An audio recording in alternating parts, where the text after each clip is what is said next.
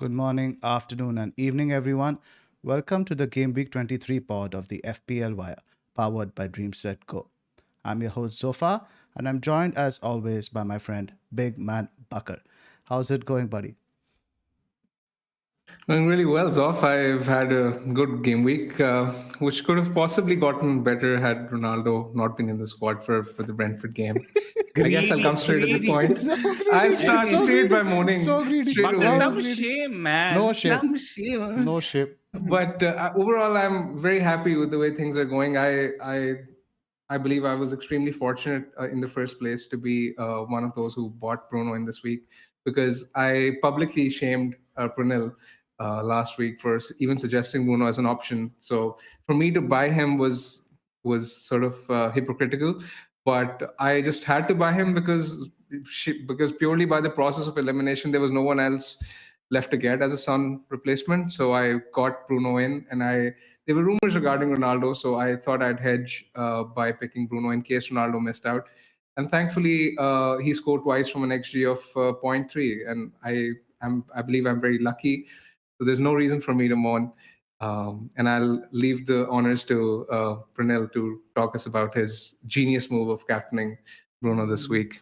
No genius move of captaining. Actually, what happened was Bruno actually played a lot deeper than I expected him to be. And Ralph spoke about in his presser before this game as well, that he's looking at playing a 4-3-3 where Matic was playing as a sitting six and Fred and Bruno were playing as two eights.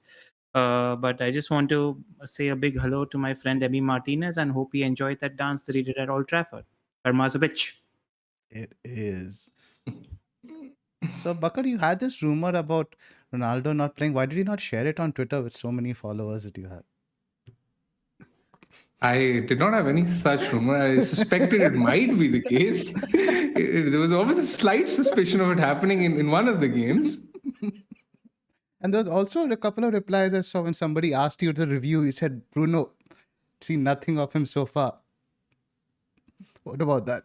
I do believe I was extremely fortunate.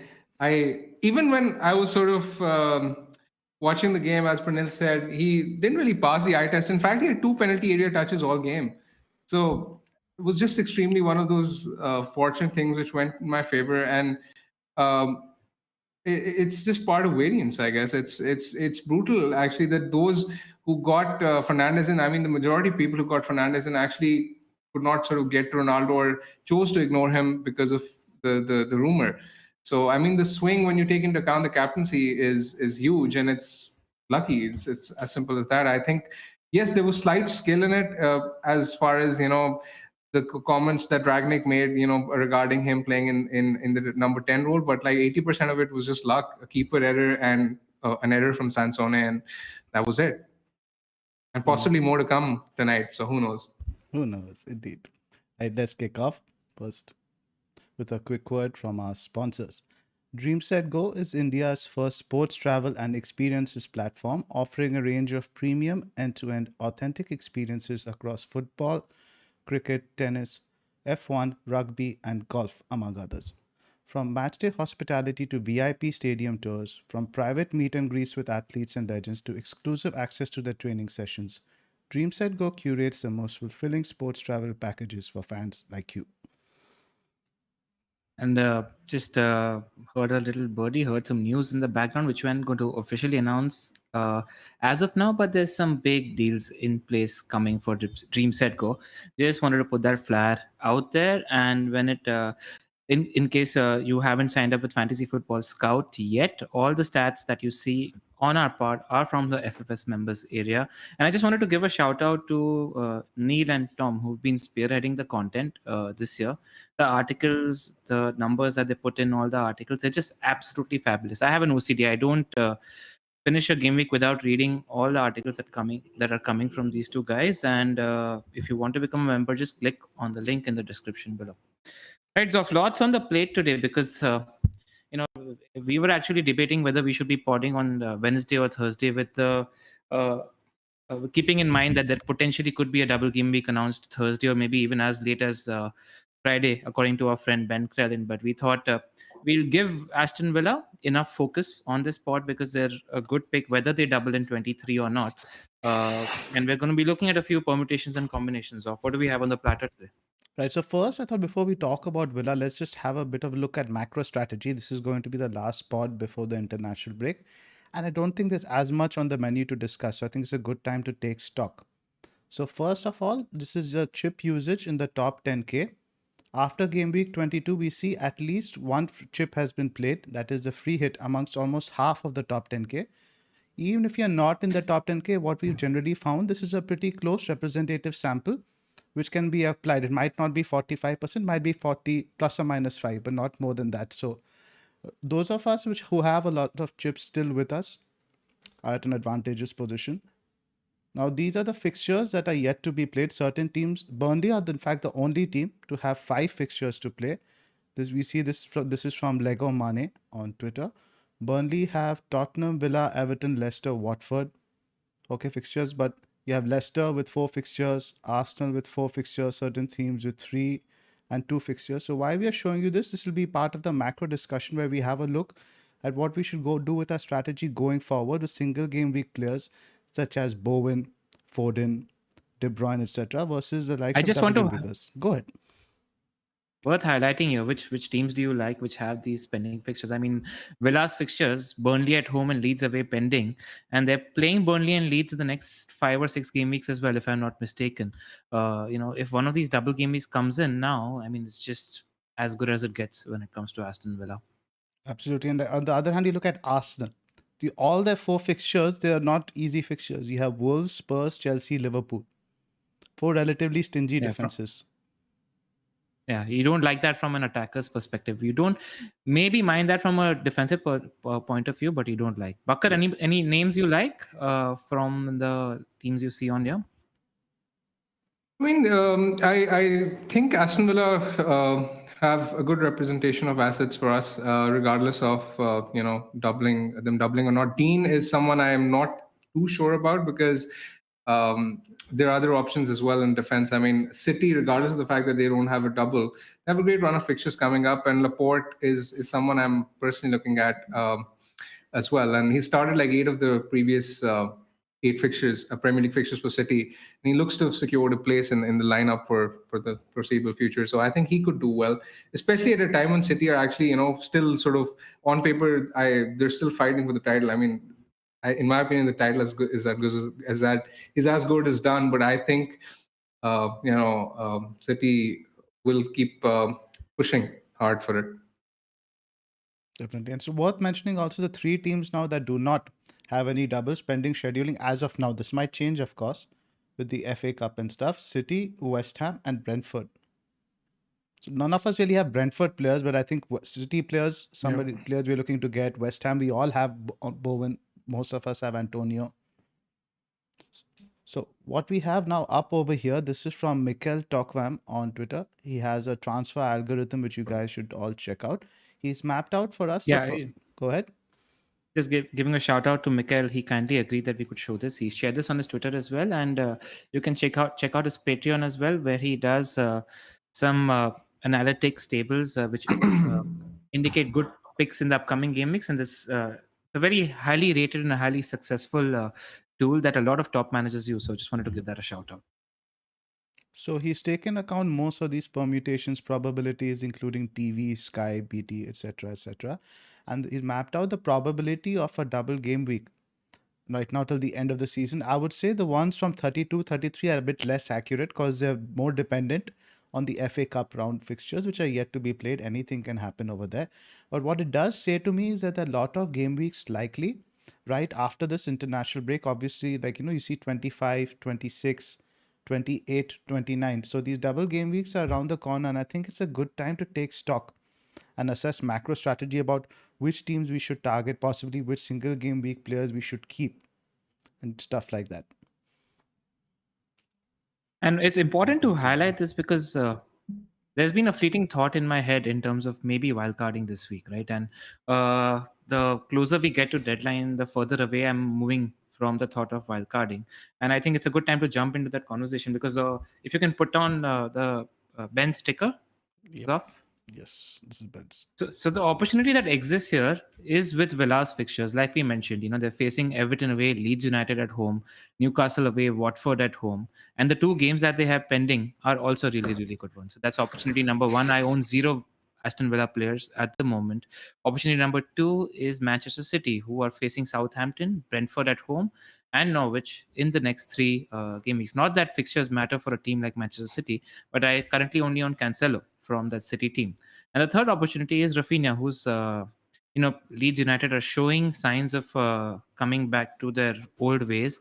And the moment Rafinha starts creating chances for somebody not named Dan James, he's going to get slightly more points because it's directly proportional to whether James is the one he's creating his chances for or not. So there are certain opportunities like this for the taking, but again, repeating what I said last game week, we don't know what we don't know. And we could expect double game weeks in 24, 25, 26, 27, 28. And we how do you possibly plan for something like this? And having a wildcard, you want to have some sort of surety in terms of what you're playing it for. And if you're playing your wildcard, you want to take advantage of the potential doubles incoming as well. So maybe you don't pull the trigger. If you are pulling the trigger, there are pretty obvious teams to target as well. So that's where I am. Where are you with that, Bakar?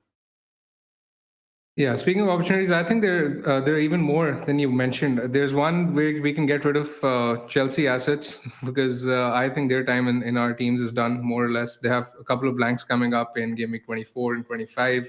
And they don't look like keeping clean sheets. I mean, they've kept 2 clean sheets in the past 13 matches. So a lot of us have Alonso or James or even both, like myself. Um, then there's De Gea, and United don't look like keeping a clean sheet anytime soon either. Their double is just gone by. So he's another person I ideally want to get rid of on wildcard. Um, there's also the Salah factor. The fact that if you wildcard right now, you can sort of plan bringing Salah in next week. Um, and that could be at an advantage. You've already mentioned Rafinha. I fully agree. He's had like at least one big chance of almost in like 6 of the previous 7 fixtures. He's in great form, especially if Leeds have a double. He's right in for me. Even someone like a Lowton, because Burnley have like a gazillion double game weeks to come. So Lowton at 4.4 on the bench could be good value. Even if you don't have to sort of use him anytime soon, he can still be useful at some point in the future. Then there's the City players. I mean, I'd look to double up on defense personally. You mentioned Cancelo. Everyone has Cancelo. Laporte is someone I've just mentioned, and I think there's a good opportunity there because the third defender, other than Trent and Cancelo, the third defender is up in the air. So I think Laporte is the one to go for in the coming weeks, especially if Villa don't have a double. And if Villa have a double, then I see even more reason to potentially wildcard because then I can see significant upgrades. Triple Villa, Watkins, Coutinho, Dean, uh, triple City, and getting rid of the deadwood of like United assets or Chelsea assets. I think that could potentially be a good wildcard. I'm sorry, I'm slagging both of you off right there. So No, that's not why we're laughing. I mean, I do see an opportunity if we sort of get the confirmation of the doubles before the deadline. But the problem for someone like myself is that I have used one of my free hits. So ideally, I'd want to save my wild card for later on because according to Ben, there are likely to be successive game weeks from game week 33 to 37. So if I wild card around 31, 32, I can potentially set myself up better for the doubles and for the bench boost. I think it's better to save the wild card for later. But I do see an opportunity right now. I just wanted to cite one other important factor and the way the league is going. And what's happening right now and what's been happening for most part of the season is that 50%, 40% of our money is invested in Liverpool, City, and Chelsea assets because let's face it, they're the best FPL options at the moment. Now, these teams might not have anything to play for come game week 30 because the league could get decided as early as that, the way things are going at the moment. So that's another factor playing in my mind where are these teams going to be focusing just on the Champions League at that point, just on the FA Cup at that point? Is Premier League going to matter to them? Maybe except for just keeping rhythm, etc. What Pep tends to do towards the end of the season. That's another factor because I think they have something to play for now. I don't know if they'll have something to play for a little later in the season. Zoph, thoughts? There's two ways to look at that. Like you see, last season after game week 31, the Pep's lineup was complete minefield because they were prioritizing the Champions League and looking at the lead they're building up this season could very likely be the same. So it's potentially an opportunity to wildcard out your Man City players later on. And the thing is, in general, I feel there is just too much uncertainty right now about when these doubles are going to be scheduled, in what order, and etc. So let's say Villa do have the double. We are assuming that the teams that are most likely to have the double in 23 are going to be Villa, Burnley, Watford, and Leeds. These four teams. So it's nowhere near certain, and there's something else you need to keep in mind now, if in case you guys don't know. If these fixtures are announced after the Game Week 23 deadline, that is after Friday night, they cannot be added to Game Week 23. In which case, what will happen? The Game Week 24 deadline will be made earlier to that Saturday. So if this is not announced before Friday, it cannot be added to the double game week, but it could be announced literally as close as half an hour before deadline. Nobody knows about that. So keep your transfers till late. As we definitely keep your transfers still late. I just wanted to actually mention that about team value as well. With team value as a concept, the deeper we go into the season, the less significant it is, because there are lesser weeks in which you could need that 0.1, 0.2 additional money to make a difference in your team. And not like we need value this season anyway, because once Salah comes back, we are back into perma cap season, and you don't really need as many big hitters. Everybody's sitting with lots of money on the bench, in the bank as well right now. So just wait until. I mean, there have been enough of some harsh lessons learned this season regarding early transfers and value. You saw like 1 million people bought Watkins in that game week when Villa had a late postponement, and very recently, even this week, I know a lot of managers who sold Son on Thursday night because they expected Son to drop and Maddison to rise, and Leicester was supposed to have a double on paper. Yeah. Well, turns out the very next day, Maddison has his fixture cancelled, and that move is out of the window. So, I mean, the price you're paying for that information is invaluable at this point in time. So it makes no sense to jump early. Just wait not till the very last minute, because the game might go down, but till the last half an hour. So I've got the ticker up over here now. The reason we are specifically talking about Man City is they have Southampton, Brentford, Norwich in the next three, and then you have Spurs, Everton, United. So it's now going to be a delicate balancing act, and I wanted to get your guys' thoughts on what do we do now? Do we ignore City assets? Let's say Dean has a double game week. Do we go for a Dean or do we go for a Laporte? Because we saw this week, you can see single game week players outscore double game week players, and like take the likes of Everton, for example, the way they are playing, even if they have 4 fixtures pending, I don't want any Everton players in my team still.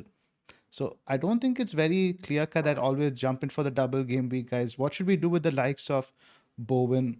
Cancelo obviously should stay. What are you guys' thoughts regarding balancing this between the stability, the core of a team versus attacking the double game weeks? Pranil? So I think there are teams which will probably meet both your criteria, and there are teams which will meet one of your criteria. Now, if you're talking about a team like Burnley, which is going to have many doubles in the future as well, and let's say they have a double in 23, for example, you're not going to, break your team up to go for them, or you're not going to take a big hit to go for them.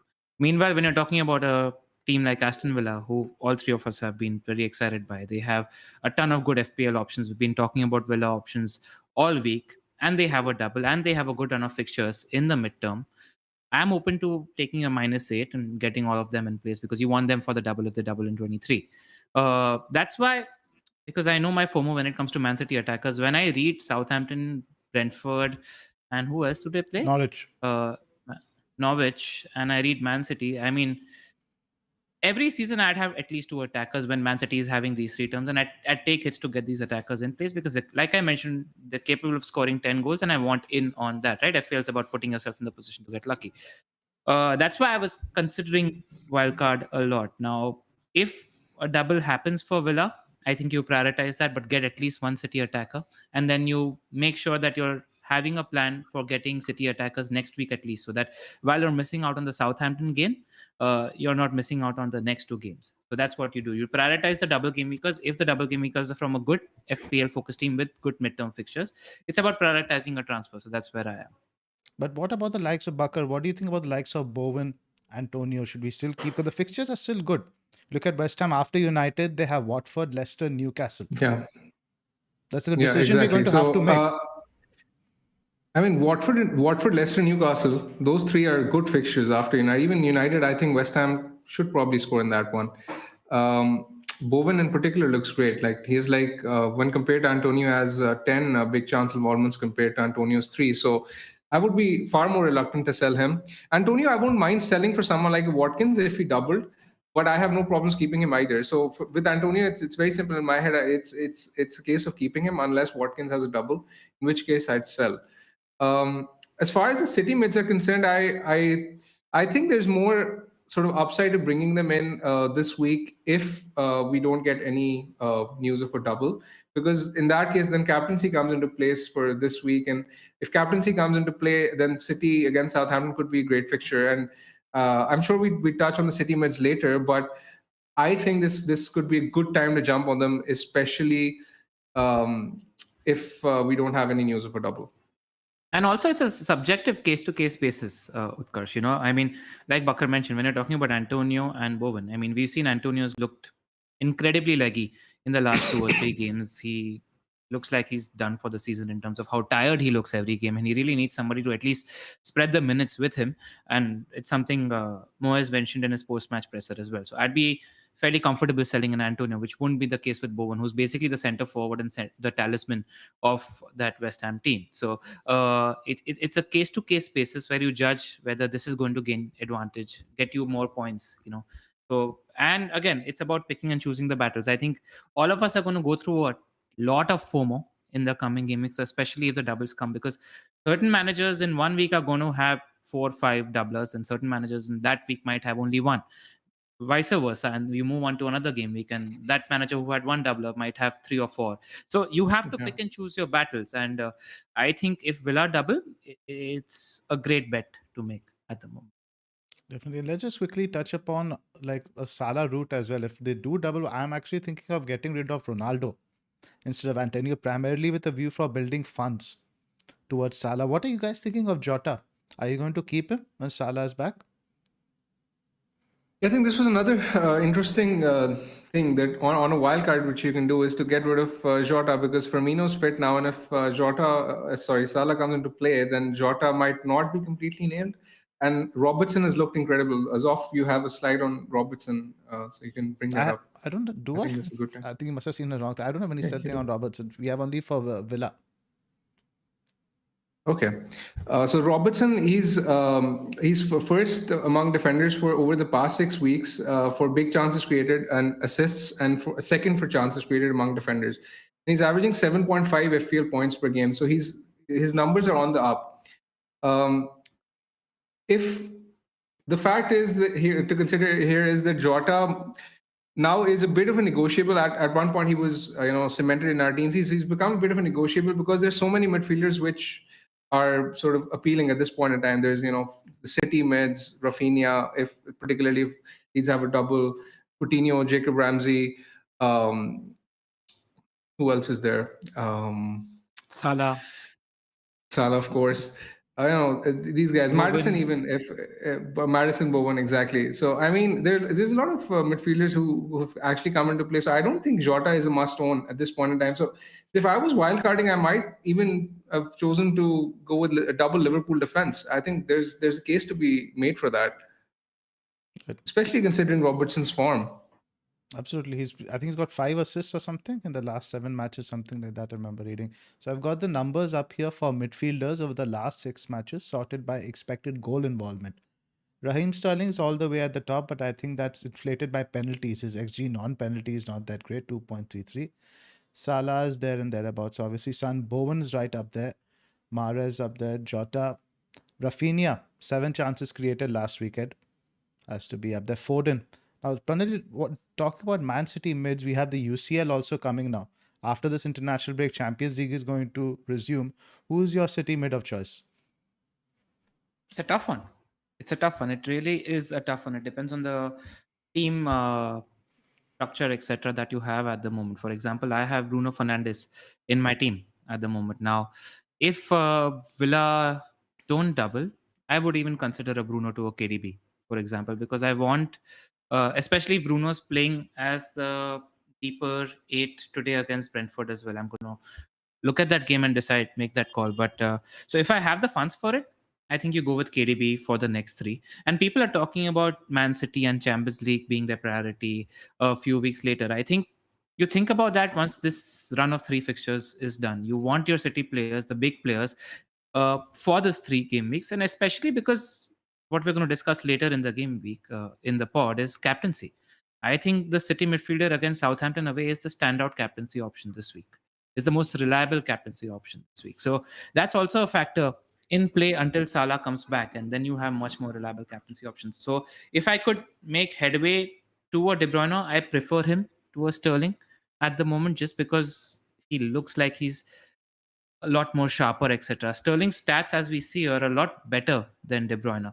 But since I think game week, in the last 6 or 7 game weeks, he's De Bruyne's top amongst all City midfielders by a distance when it comes to chance creation as well as shots. Worth noting that a lot of the shots he takes are from outside the box, but he's Kevin De Bruyne. We saw what he did when he took a shot from outside the box against your lot this weekend.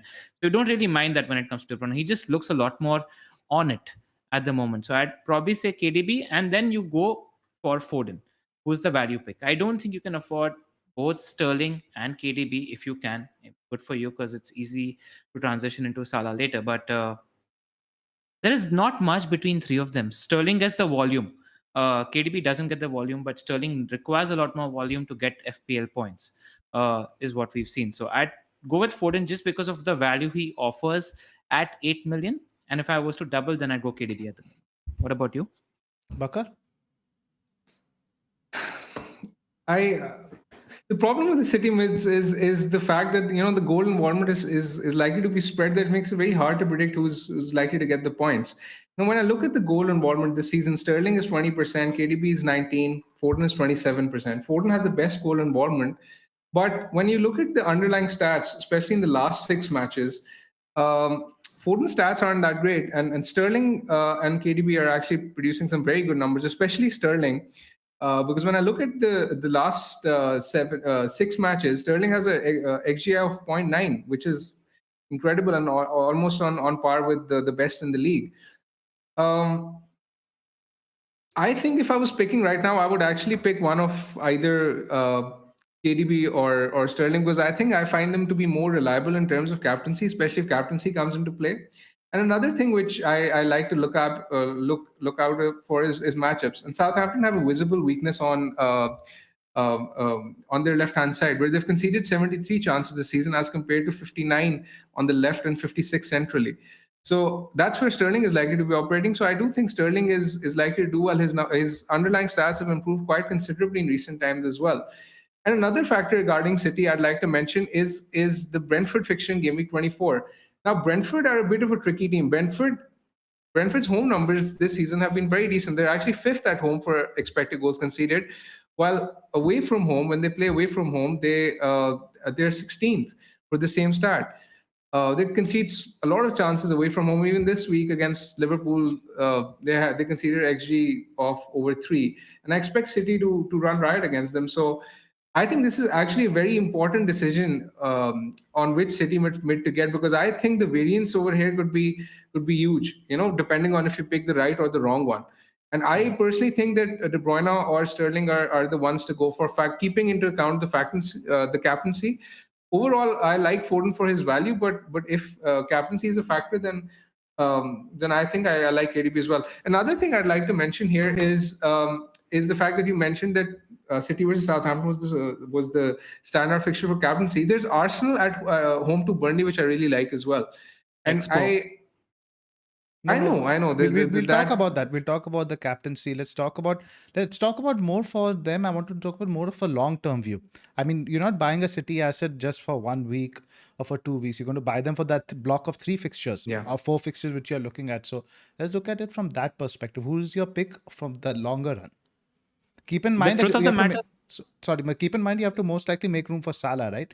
So I think Foden gives you that space to accommodate him more easily alongside Salah. I mean, Zoph, that's not necessarily the case, because Ronaldo could be the make weight for Salah, as you were sort of suggesting earlier. So I don't really think that that the value should really come into play. The honest truth, if you really ask me, the honest truth is I don't think any of them are bad picks. I wouldn't have problems if you went for Sterling or KDB or Foden.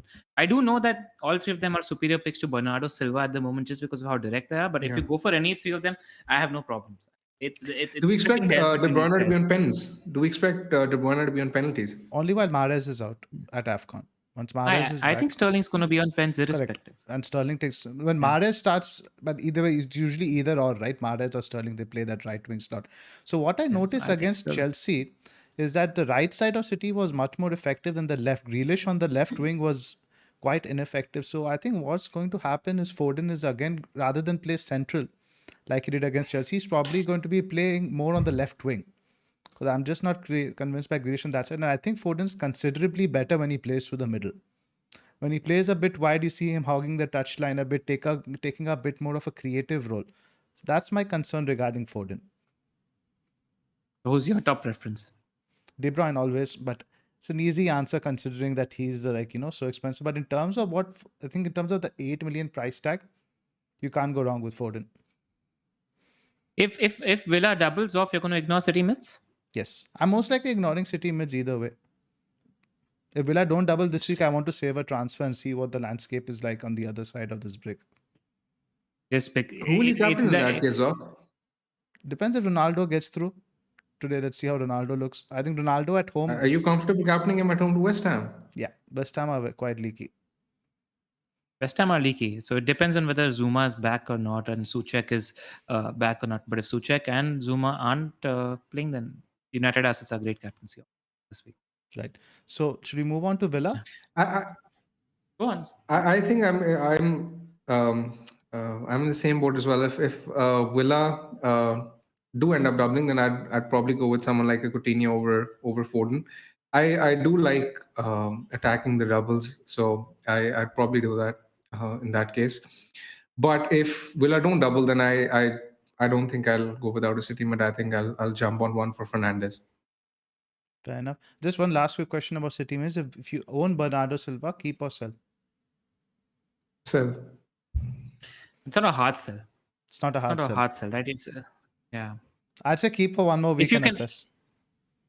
If you can move to a Foden or something, or if you can move to a KDB who's a much stronger option in one move, if Villa don't double, do it. But to a Foden, it's not a hard sell. I think it's worth. I do think someone like a Foden outscores him by 4 points over the next few fixtures. Yes, Bernardo is playing in a significantly different position to when he was earlier, when De Bruyne was not playing. So I mean, ever since De Bruyne has come into play, Bernardo isn't really posting those numbers that he was earlier. So I think it's time to get rid. And Zoph, it's about what you told me, right? Don't look at the player, even if Bernardo braces, if you sell him. It's not about looking at the player you sold and what he's done. It's just need to have a laser focused vision towards what the player you got, the reasoning behind why you got him and what he's doing. That's true. If you want a City mid, just get the best one you can afford, I guess. Yeah. Guys, while we're discussing midfielders, I'd like to sort of make a pecking order. Who would you prefer in case of in case the Villa and Leeds double? Who would you get out of Coutinho or Rafinha if you could only get to one? Because this is a very pertinent question heading into the game week. So let's move into Aston Villa chat first. Yeah, let's do that. Let's have a look at the Villa players. So the reason we are specifically doing this is we are podding today on Wednesday. The Villa double hasn't been announced, but in case it's announced after we pod, we wanted this information to stay relevant, and you guys can always come back and look at it in that case. It's quite easy to cover. And it's relevant anyway. It's relevant anyway because it's a good team to consider. We're not really going to too much into Leeds. Leeds is just pretty much you buy Rafinha. Watford has already been covered to death. So the focus is going to be now on Villa. So these are all taken from articles written by Neil and Tom on Fantasy Football Scout. You can see the whole thing over there, and we are once again highly recommended. So first of all, now we talk about Gerrard during his time at Rangers. You can say Farmers League, etc., whatsoever, but we'd like to see the manager's philosophy over there. His two fullbacks, Tavernier and Barisic. Yeah, Tavernier recorded 12 goals, out of which 7 were penalties and 9 assists, while Barisic on the opposite flank got a goal and 6 assists. They ranked first and second in the division for crosses.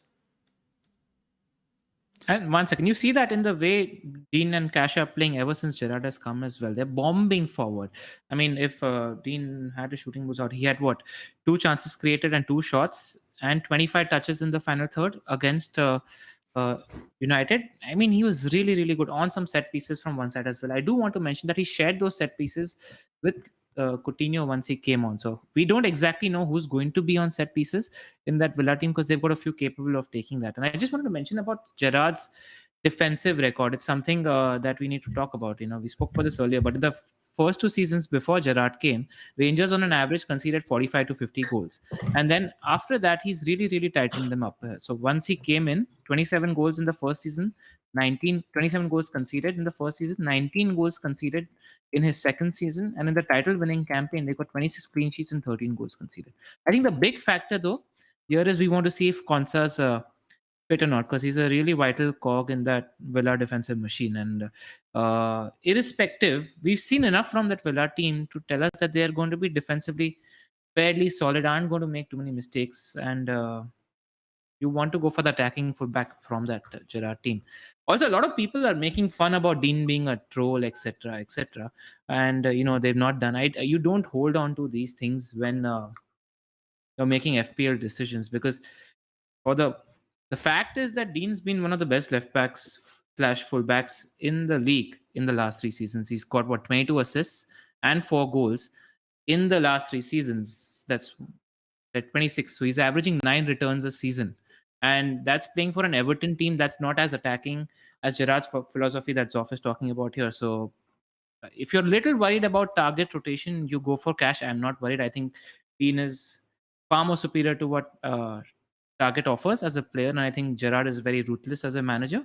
I don't think Target is going to get a chew in, and you go for Dean. I wouldn't worry about getting Dean.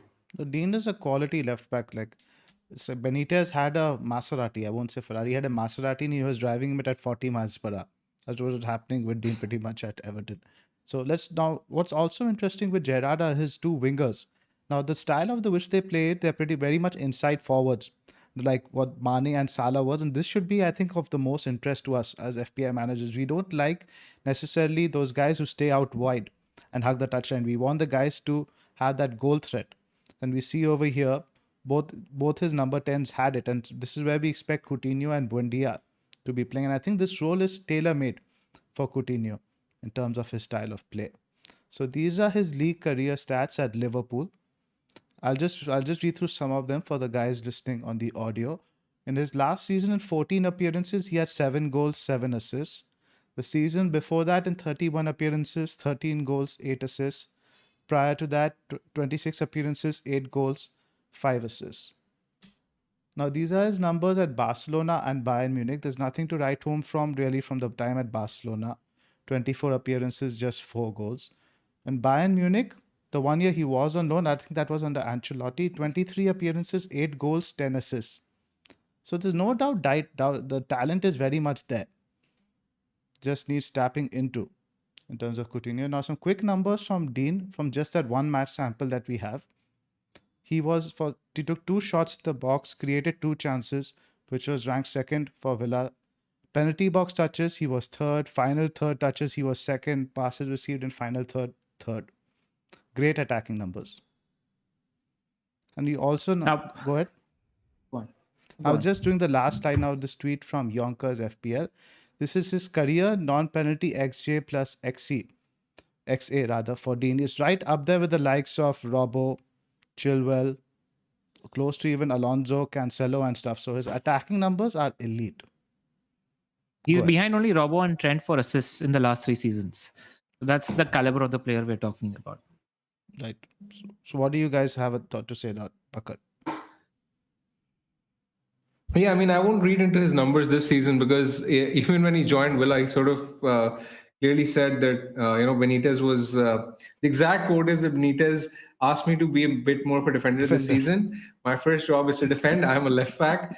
If you are being asked to do what is good for the team, then that is it. End of discussion. This is his exact quote, which just, sums Benitez up really. So I won't look at his numbers this season. I do think he's a great option to own going forwards. And as you mentioned, in the 4-3-2-1 formation, the fullbacks are actually holding the width and they're providing the width while the forwards come inside. So the fullbacks under Gerrard have been given license to roam forward. A lot of people are sort of pointing out that Villa have been they've not been that great defensively under Gerrard. I mean, they're mid-table for XGC and they've kept 2 clean sheets. That's right, but you've got to factor in the fact that they've played Chelsea, City, Liverpool, Leicester, some of the better teams this season. So, I mean, I think from this point onwards would be a much more fairer assessment of how we expect them to fare when they're sort of playing teams in and around them. And I do think Dean will do well. I don't have any doubts. And I also think that there's a good chance that if he's on set pieces, he could do well for bonus. So I have no problems jumping on him. I like him as an option going forward. But the only sort of issue with me sort of buying Dean is that I have to weigh him up against someone like Laporte, and I do think that City could easily, keep 4 clean sheets at least in their next 5 fixtures because the fixtures are so easy. So is it actually worth going for the double game weaker over the better defender who's playing for a better defense? That's the question mark I have in my head. So just the fixtures. Now I'm just reading them out for Villa again. It's Everton this week without the double. We're hoping a double gets added. There is Leeds, Newcastle, Watford, Brighton, Southampton, West Ham, Arsenal. That's all the way up to game week 30. Pranil, you were saying something? No, I was just I was thinking maybe you'd get the odds on from Draftdown also, so we Yeah. can compare the CS Cool. percentages. Let's do that. So let's have a look now at the game week. See, these are the clean sheet odds for this week. City are tied with Arsenal on top at 50%. You see Villa down there at only 29%. And like Bakar's point, you see the two fixtures after that Yeah. also City have 61 and 63. Villa have 24 and 28. So more than double. So there's a valid point there to be made. Yeah, and that's the question. Because when we're talking about Villa, they have good options all over the park.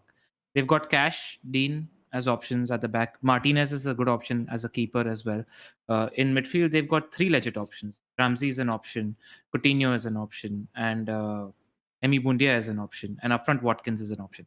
And like Bakar mentioned at the top of the pod, right now what we're seeing with midfielders is there's at least 10 to 12 options. We have Son and Madison coming back very soon as well. Madison's going to be an option next week, game week onwards. And Son is 2 game weeks away. So you need to, first of all, I think as a formation play, you either go 3-5-2 or 4-5-1, just because of the amount of good midfielders that are in play at the moment. There's no question in my head that I like the midfield bracket the most in the current state of play, which is why, I was thinking about weighing up Ramsey, 2 of Ramsey, Coutinho, Bundia versus Watkins.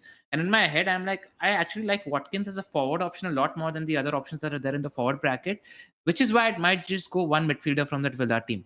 Even though I actually like the Villa midfielders more, because Watkins offers that 90 minutes up front, which no other forward in this bracket is offering. And he's going to be but if I'm talking about and wondering about how the games are going to go ahead, Watkins does a lot of the pressing and the dirty work up front, which is going to open up the spaces for Ramsey, Bundia, and Coutinho. That's how I foresee the Villa games to go ahead. But it's just I can get other good midfielders in that position, which is why I probably go Watkins by factor of omission. That's the thinking in my head at the moment. And even I'll just give my opinion on the Villa midfielders as well. How fit do you think Coutinho is? That's my worry at the moment buying him this week. I see him playing either 30 or 60. I don't see him playing the full 90. Has he been called And up there for is Brazil? I'm just quickly checking that. Go ahead. Let me He's just been Yes, called I up for think Brazil. so.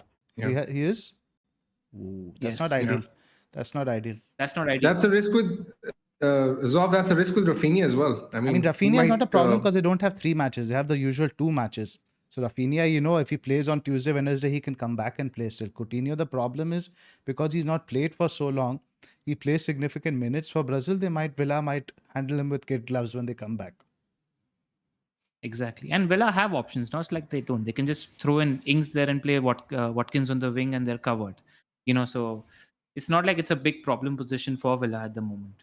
That's my slight worry with Coutinho. I think Coutinho is just going to be a much more solid pick 2 game weeks later. But if he's playing 70, 80 minutes, the upside is just too high. I mean, people that are slightly young and haven't played FPL for the last 7, 8, 9 years, they don't know the caliber of the player that Coutinho is. He's trigger happy. I mean, he averages 2 returns every 3 games. That's the kind of player that he is. So upside is very high. And between Bundia and Ramsey is very interesting actually, because Bundia has been really good in the last 4 or 5 games. I think he's a solid option. I don't see him moving out of that Aston Villa front three because of the pressing also that he does for that team. Him and Watkins are pressing monsters for that Gerrard team. So that's the thing. But when I'm watching the games, Ramsey is just got it in terms of he's just much more focused towards the goal. He's just more aggressive in terms of making runs in the spaces towards the goals, etc. So I think as FPL managers, we might fall prey to price bias, and we see Ramsey costing 4.5 million, 4.6 million. We might not think of him as a legit option just because he costs so cheap, and we are thinking about him as an eighth attacker, where he might be worth sixth or seventh attacker just because of the quality of the player that he is. His underlying numbers are greater than Bundia as well, ever since Gerrard has taken over. So, Dude, since Gerrard has taken over, he has the same number of big chance involvements as Watkins. So his numbers are actually very good. We are overlooking him because of his price and because of the fact that Coutinho is the bigger name. So just Exactly. could Who we, do you think keeps penalties if Coutinho is in the team? That's tough. That's very tough. One of Coutinho or Watkins? I think Watkins No idea. probably Watkins. I would guess. I don't remember Coutinho ever taking them at Liverpool. So because Gerrard was there the whole time he was there at Liverpool. So probably that's definitely the case. But I just want to dial it back on this Watkins chatter for a little bit, because what's going to happen to Ings? Is Ings a perma bench now? I think Gerrard will switch it about a little, but I think he can't sacrifice Watkins or Bundia because of the pressing that they do. And they're very crucial to the way Villa play. I don't know. It seems to me that maybe just because I'm a bit biased, but he's just too good a player to permanently be benched. If you have 3 games a week, you don't think Watkins could possibly miss out for one of them, things like that? Because you said 90 confidently and 90 minutes, man. I have some doubts. And there's also another possible curveball. Now, Villa have been linked with Luis Suarez, Gerard's old pal. So we might see him signed by the end of this transfer window. You never know. He's bringing the band back together. Yeah. Absolutely. He needs to bring Lovren too. Yeah. Yeah. I mean, most That's the Villa thing. fans seem to think that Watkins will be the preferred striker, and they do think that Ings will be benched in this formation. In fact, they have been calling for Watkins to play as the lone striker all season because they think that's the better formation. And I do think that's going to be the case. The thing with Watkins is that I like his versatility. He can play, even on the left or the right, and that's why I do think that he's likely to play 90 minutes. But I don't think there's any doubt over his position. I think he's secure. Whether or not Ings plays is open to debate, but I personally don't think Ings will be in the first 11 given how Ramsey and Bundy have been playing. My concern also with Watkins is he's a great player, but not necessarily a proficient goal scorer. From what we've seen during his time, he usually takes over with a return or two, but he's not that hungry goal poacher types like guy we want from a striker. So let's just do a quick summary of our Villa guys. I think in terms of defense. So I just want to add on to the point that you're mentioning is exactly that reason. So if there weren't a dearth of options up front, and if there weren't so many good options in midfield, my first three would actually be Ramsey, Coutinho, and Dean. But the fact of the matter is that there are a ton of options that are good FPL options in the middle, in midfield, which is why by factor of omission, I'd probably go Watkins. That's the thinking. I'd have to agree with you, especially now that you've told me about this Coutinho's international break stuff. That looks well dodgy for that right after coming back. Bakar, what's your priority? I think there's a chance that Coutinho might be on penalties, which is why I prefer him over Ramsey. But yeah, for me, I think it's Watkins, Dean, and then Coutinho or Ramsey. Like for me, I'm personally Dean will be most likely my transfer because I have 2 Chelsea defenders, and I think if you have in that Same. case, so you probably that has to be the exit route out.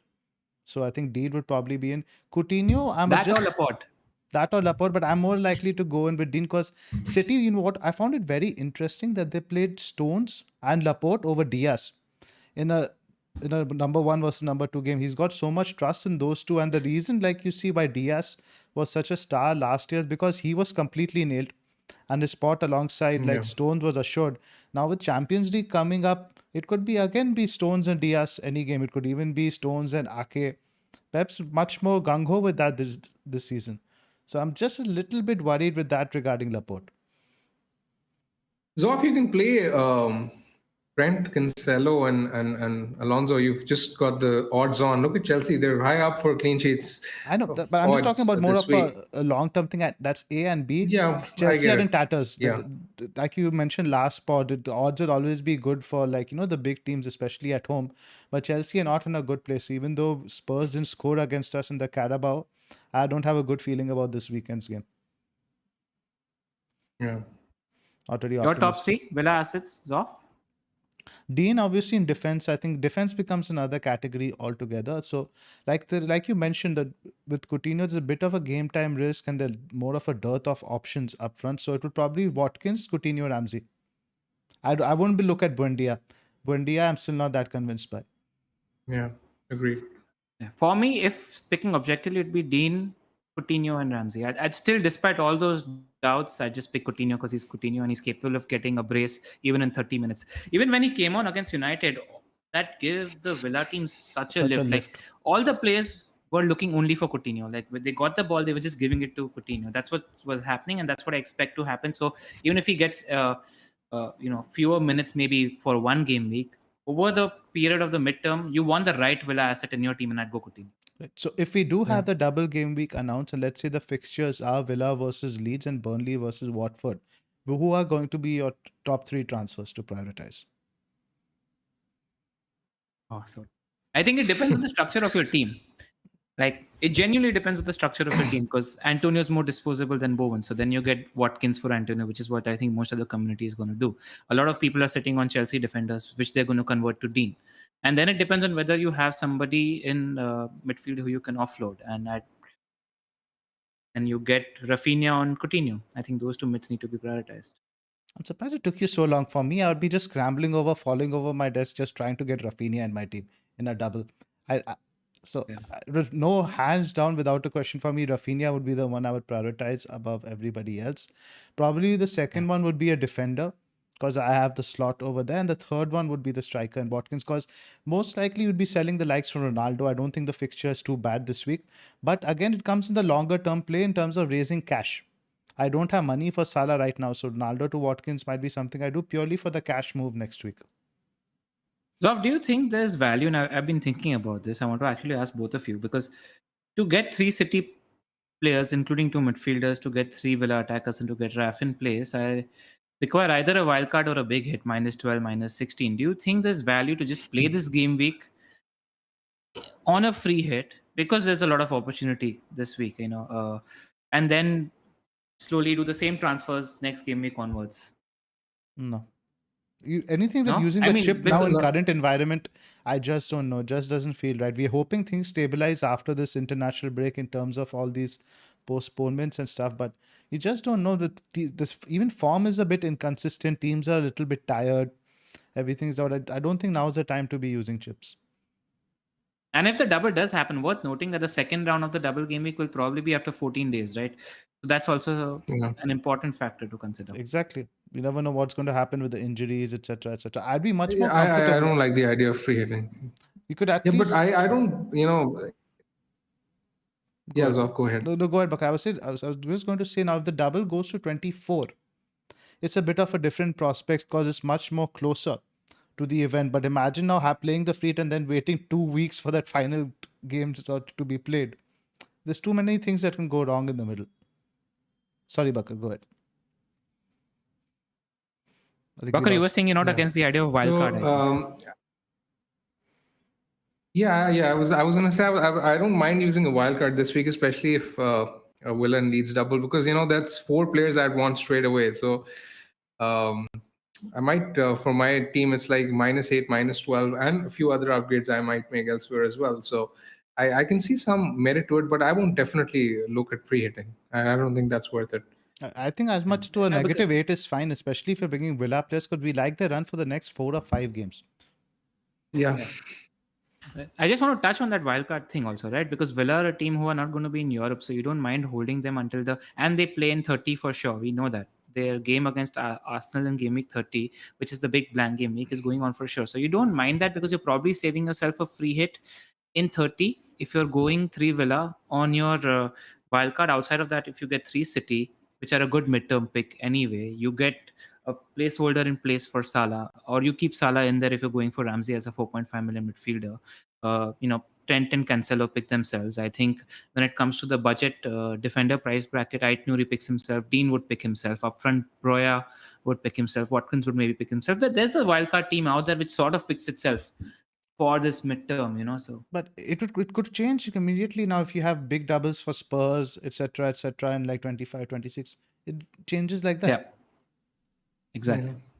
So that's why I think you should hold. Should we have a closer look now at the coming game week 23? We've covered clean sheet odds already in detail. Now let's have a look at win percentages. Again, you have City all the way on top, Arsenal rated quite highly, Liverpool, Chelsea, United, Watford. Now, let's have a look also at the goal odds. City projected to score the most goals, and then Liverpool.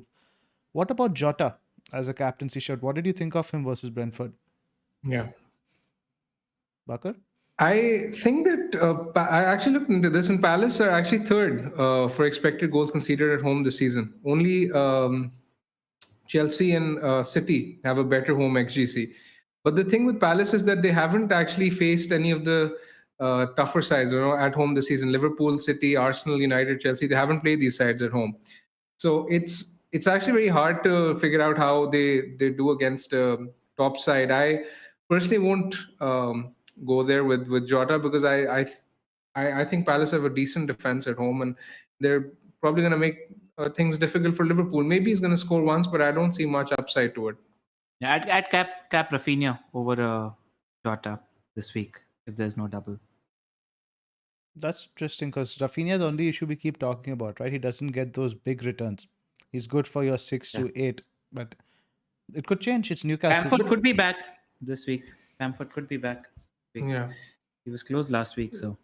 The thing with Rafinha, I'd also like to mention is that if he does get the double as suspected, then Villa and Newcastle conceded a lot of penalties. Newcastle conceded the most amount of penalties this season, and Villa are actually fourth for penalties conceded. So that could be another factor. This is another reason why I prefer him to someone like a Coutinho in case we have to make that decision at some point before the game week. That's a good point. Now let's just quickly touch upon that. If they are the doubles as we suggested earlier, who would be your standout captain pick? Rafinha for me. I think Rafinha as well. Yeah, but, his underlying numbers are extremely good. I won't bet against him. Hello? Yeah, Rafinha is a good pick, and I'd maybe think about Watkins, but Rafinha looks like the standout pick. I'd be a bit more secure with Watkins and Coutinho. I think purely from a minutes perspective, the whole Brazil thing. Yeah, exactly. And if it's a single game week and we don't have any doubles, there's no doubt in my head the City midfielder is the best captaincy option this week. No midweek game, fresh for this game. There's a break after. I fully expect him to play his first choice team. Like if you can get to De Bruyne, if it's a single game week, I think he's the best captaincy option. What about a Watford forward, home to Norwich? Oh, Norwich have improved and Watford don't look that convincing. Their attacking numbers have actually dropped. I won't go there as well. Their attacking numbers have dropped. Yep. Yeah. I'd much rather plumb the captaincy on Jota or a United asset than go there. I don't. Such an important match, by the way, this week. Like a proper 6-pointer. So huge. I think Norwich take it. I think they're in a good moment at the moment. I wasn't convinced in terms of what I saw from Watford in terms of quality. Norwich are slowly improving. It'd be great if they take it. Are Norwich really improving, or did Everton make them look good? Irrespective, Watford look crap. Like I didn't see anything out of Watford that made me think, okay, I want to even like if it wasn't a single game week, I wouldn't even consider buying a Watford forward. Never mind captaining them. Let's talk about Everton. Just quickly touch upon now they sacked Rafa Benitez. Last time they appointed Big Dunk, we did see a short-term bounce. Now I think LR, you still have DCL. Yep. And Gray, right? So what's your thinking about the Everton lads? I'm looking at the Villa options as options. I haven't really thought about what I want to do this week because I was like, what's the point thinking about what you want to do with your team until Friday? But Not a hard sell because the fixtures they have after and possible upturn due to new manager bounce. We don't know what they're going to be like. I think they cannot be as Because bad as they were. They have to be better than what they and were. the fixtures after are good, right? Newcastle away, Leeds at home, Southampton away. So not a hard sell because of the fixtures. Yeah, I think there's going to be a bit of a bounce coming. Especially, I like this fix. This fixture at home could be quite pivotal if they get the 3 points before this international break. They can carry that on the other side of it. Yeah. So I think Also, a lot of people in the chat are mentioning something we haven't spoken about. It's Cancelo's as good a captaincy option as any. If you can't get to a much more secure city midfielder, I have no comms captaining Cancelo as an that's a option. good shout. That's a great shout. That's absolutely. That he As a keeps captain. going Agreed. keeps going under the radar in Yeah. my head. Yeah, good captaincy option. More, I like it more than Jota. As of now, so who are your captains, boys? Bakar? In case we don't get a double. Yes. Let's do both. In case double, in case without. So we keep the pot current. Okay, in case double, then Rafinha. In case no double, then I'll get one of De Bruyne or Sterling. I'll get them in for Fernandez. LR? Same as Bakar. So, but you don't have a city mid currently, do you? Yeah, I'll get one. And Rafinha captain if they have a double. Yep. Interesting. I'm the only one I feel a bit left out. I'm probably not considering a city mid.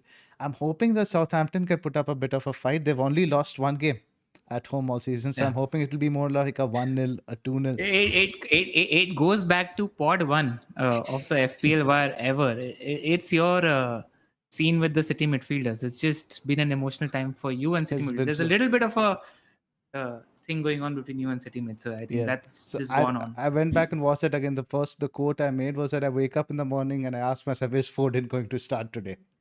Things don't change. They stay the same. Yeah. Zoph, more on the captaincy. I was sort of alluding to it earlier as well. That I see opportunity in Arsenal Burnley. And now I'm not suggesting anyone to buy any Arsenal players because the risk of postponement. But if you own the likes of Saka and Martinelli, I think they're actually very good options at home to Burnley. Now, there's the risk of postponement and the fact that Arsenal's fixtures after this aren't the greatest, and they might have a blank at 25. So it makes little sense to be buying an Arsenal asset this week. But if you own either of Saka or Martinelli, I think there's a good chance. Now, the thing I like about them over the City mids is the fact that they actually have higher goal involvement and their points are actually more predictable. Saka has a very high goal involvement of 42% this season, while what I like is that Burnley have a clear bias to conceding chances down his flanks. Burnley have conceded the highest amount of chances on their left this season, and they tend to struggle against right wingers. And Saka is in form. I think Saka in particular could do really well. Arsenal's XG stats are really impressive as well. Regardless of opposition, they had an impressive XG against Man City as well. And even before that, they're right up there in the top 3 for XG over the past 6 matches. While Burnley away from home, they're terrible. They're much worse away from home than they are at home. So I can see this being a good victory for Arsenal. Bakar, use the words expo, man. We've coined that term. Go on with it. Roll with it. Now, I think it's low. The expo for this week is quite low. Daesh said he expects some players back. My only caveat with anyone looking to captain an Arsenal players is they play Liverpool in the second leg tomorrow. And that tie is wide open. It's 0-0 in the first leg. I think it's going to be a bit of an end-to-end game now at the Emirates. So you could see some tiredness carry over to the weekend. Yeah, tiredness, but no rest because there's a break after, so no rest. Right. So that's That's not the issue, but that's the performance levels. Might see a dip. Captaincy, Captaincy. That's the only caveat possibly I would do over there. So for me right now, if Ronaldo plays today and we see certain signs of positivity from him, then I'll probably go Ronaldo. If not, it'll be Jota. I don't think I'll be going Cancelo. Anything else to cover, boys, or should we skip to our teams? I think we should move on to our teams. Right. This is now LR, your team first up. Let me just quickly pull it up for the benefit of the listeners. I have Ramsdale as my keeper at the moment. In defense, I have Trent, Cancelo, and Ben Davies. Davies is probably going to be Dean because I'm going to sell James for an Aston Villa defender anyway. In midfield, I have Fernandes, Jota, Bowen, and Gray. Fernandes has the armband for now. I don't foresee that sticking. Up front, I have Ronaldo, Calvert-Lewin, and Dennis. The moves I'm looking at right now is James to Dean, and then either Gray or Saka to Foden or Fernandes to KDB. But he If we don't have a definitely making a transfer regardless. yeah, of course. Dean is. I would be surprised if Dean's not on my team this game, Even if no double. even if no double. Interesting. I 'Cause need I to think replace That's a James big call. anyway. I think you're good enough to save a transfer this week, personally. I know I want him for the midterm, so I like a player. I'm confident about him. I'll not waste time getting him. Fair enough. And you've got Bruno right now as your bus team captain. You mentioned you'll be changing that as well. Cool. Yeah. So whether I get Foden or De Bruyne or Sterling, I'll definitely be getting City assets. Fair enough. My team, Ramsdale in goal, Alonso, Cancelo, Trent in defense, Gray, Jota, Bowen, Trossard, Saka in midfield, King, Ronaldo up front, De Gea, Antonio, Livramento, and James on the bench. So I want to talk to you guys a little bit about my process of buying Trossard, right? So I didn't actually buy him just for this week. So I know he has the blank now, 24. I have Saka as my 8th attacker. So I could easily rotate those two guys over. So Aston, I think right after that, they have Brentford at home. And then see Brighton's fixtures after it's Watford, Burnley, Villa, Newcastle at 25, 26, 27, 28. And from what I saw like Trossard, I think he could have possibly got something this week. He had a big chance the first game. He looked quite lively against Chelsea as well. Do you think he's worth keeping for that period at all? As a rotation with Saka, just like as a last mid rotation, or should I probably get rid of him this week? Get rid. Probably. There are just too many better picks in the field. I mean, Rafinha shouldn't be far away for you. He's playing Newcastle at home. You like that game. And Potter is sort of very random with the selection. I mean, I was surprised that he benched him against Chelsea when he was one of the better players that they had against Palace. So I think it was tactical. This thing with Potter always annoys me. Yeah, he played something very tactical against Chelsea. He played a very, very aggressive high press with the front three guys. I think that's why he probably dropped Trossard. But no, nonetheless, it was a mistake. The last 2 or 3 times I've seen Brighton play, their best attacker in terms of FPL looks like Jakob Moder to me. He just gets those chances all the time. I've seen Brighton play. So cut your losses quickly and move to Rafinha or City midfielder would be my advice. Yeah, it was pretty much a free transfer last week. I was down to 10 players anyway, so just took a 1 week. So how much do you have in the bank? Significant amount. I think I have around close to 5 million. I was just 0.5 short of Bruno. So yeah, that makes sense in terms of math wise. Yeah. I would go to Sterling then. Sterling and just for the captaincy shot? Yeah. Interesting. Mahrez is still at AFCON. I know, but he's back again next week. And you know my thing with Sterling, right? Whenever I've gone to Sterling, it has not been pleasant. So I'll probably... The only thing constant in life is change, Zoph. The only thing constant in life is change. The constant thing in life is Raheem Sterling. We control. So I think I'm going to save a transfer most likely if there's no double.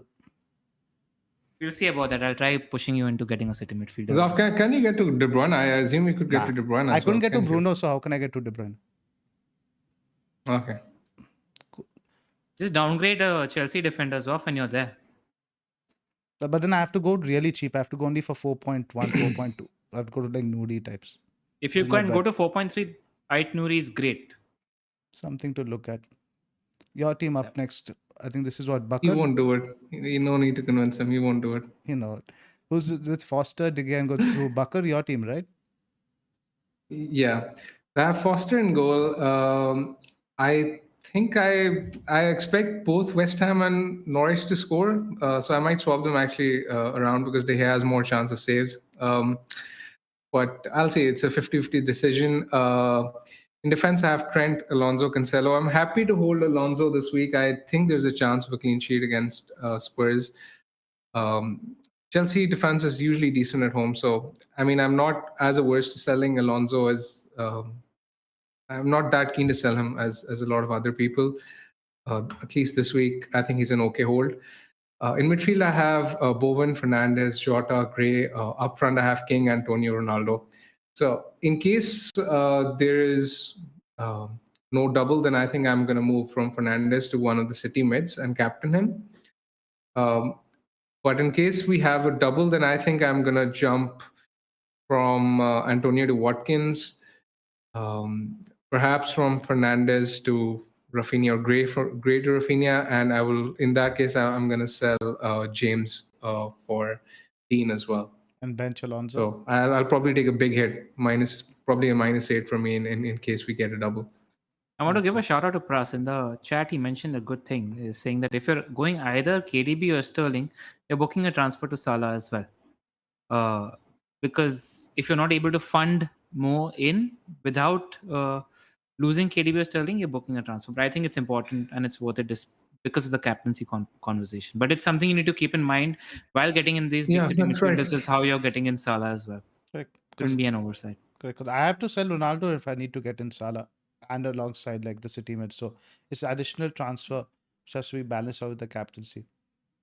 Let's move on. Do a quick Q&A.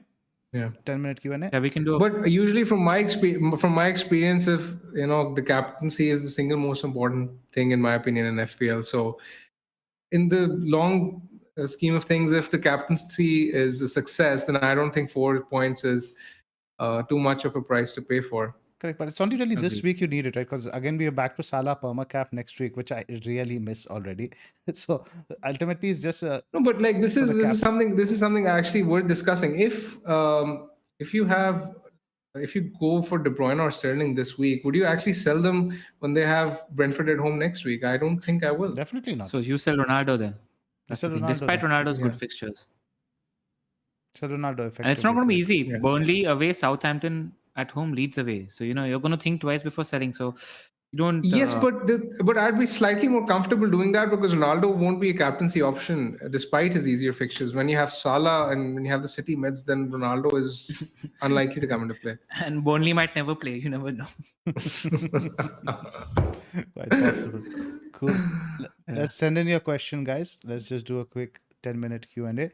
I hope we didn't have any tech issues after the start. Hope everything was nothing. smooth. It's been smooth. Yep. We have a super chat from Christopher Icon. What do you think about Robertson for Jota for long term? We discussed at the top of the pod. We like that as an option. Now we don't mind going in double Liverpool defense and Salah. Absolutely. Also, just want to plug in our Patreon because it's been a while since I plugged our Patreon. Guys, if you like the content that we put out, all the content that we put out is completely free. You can get onto patreon.com/the FPL Wire and support us. Our content is going to continue remaining free, and it's just to appreciate the work we do. That's all. Dias or Laporte? Question from Neil Robinson. Laporte for the goal threat. Laporte, because both of them seem to be equally nailed and Laporte is cheaper, so Laporte. All right. Pick 2 of the following: Laporte, Coutinho, Sterling, Watkins. Sterling/KDB. I guess it depends on the double. Exactly. It's if Villa double, pick the doublers. If Villa double, pick the doublers. Because the double is actually good. It's not a tainted as double like everybody else's we've seen. Right. Wildcard draft. Kunal, I literally, cited about 11 or 12 players I'd have on my wildcard. Just listen back to the pod.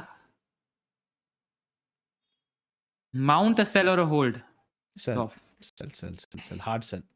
Zoph's been quite downbeat about Chelsea all week. He's not been in a good mood. Since all month, since pretty much since all of December, since we had lost the wing backs.